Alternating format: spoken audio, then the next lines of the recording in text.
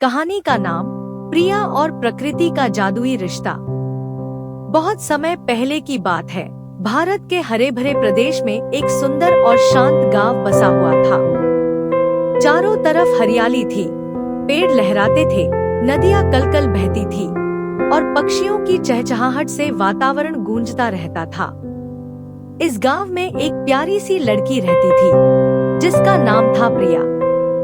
प्रिया एक छोटे रंग बिरंगे घर में अपनी दादी के साथ रहती थी। उसका जीवन बेहद सादा लेकिन सुंदर था। हर सुबह वह उठती, दादी के साथ पूजा करती, फिर बगीचे में फूलों को पानी देती और चिड़ियों को दाना डालती। बाकी बच्चे जहां खेलकूद में मस्त रहते, वहीं प्रिया का ध्यान अक्सर पेड़ों की हरकतों, पत्तों की फुसफुसाहट और जानवरों की गतिविधियों में लगा रहता। उसे लगता था जैसे ये सब उससे कुछ कहना चाहते हैं। जब वह खेतों से गुजरती तो हवा जैसे उसके बालों को सहलाते हुए कोई संदेश देती। उसे कभी कभी महसूस होता कि पेड़ उसकी उपस्थिति पर मुस्कुरा रहे हैं। एक दिन जब वह गांव की सीमा पर बनी एक पगडंडी से चल रही थी तो उसकी नजर एक विशाल बरगद के पेड़ पर पड़ी। यह पेड़ औरों से कहीं ज्यादा बड़ा और प्राचीन था। उसकी जड़ें जमीन से बाहर निकलकर एक गुफा जैसा रास्ता बना रही थी। जिज्ञासा से भरी प्रिया झुकी और उस रास्ते में झांकने लगी। तभी एक मीठी, धीमी आवाज उसके कानों में पड़ी, जैसे कोई पेड़ खुद उससे बोल रहा हो।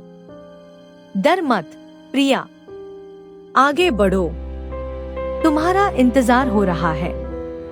आवाज में कुछ ऐसा था कि प्रिया बिना डरे उस जड़ों के नीचे बने रास्ते में प्रवेश कर गई। रास्ता अंधेरा था लेकिन डरावना नहीं।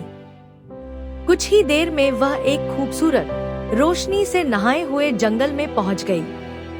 वहां जानवरों का एक बड़ा समूह जमा था। खरगोश, मोर, हिरण, बंदर और यहाँ तक कि एक विशालकाय हाथी भी। सभी जानवर शांत और गंभीर मुद्रा में खड़े थे, मानो कोई सभा चल रही हो। एक बूढ़ा हाथी, जिसकी आंखों में गहराई और करुणा थी, आगे बढ़ा और बोला, स्वागत है प्रिय बच्ची, हम सब तुम्हारा इंतजार कर रहे थे। प्रिया हैरान रह गई, लेकिन वह डरी नहीं।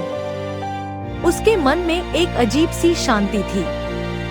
उसने पूछा, क्या मैं कुछ मदद कर सकती हूँ? हाथी ने धीरे से सिर हिलाया। मानव और प्रकृति के बीच जो पवित्र रिश्ता था, वह टूटता जा रहा है। लोग पेड़ों को काट रहे हैं, नदियों को गंदा कर रहे हैं, जानवरों को भगा रहे हैं। बहुत समय पहले एक भविष्यवाणी की गई थी कि एक मानव बच्चा आएगा जो इस संतुलन को फिर से स्थापित करेगा।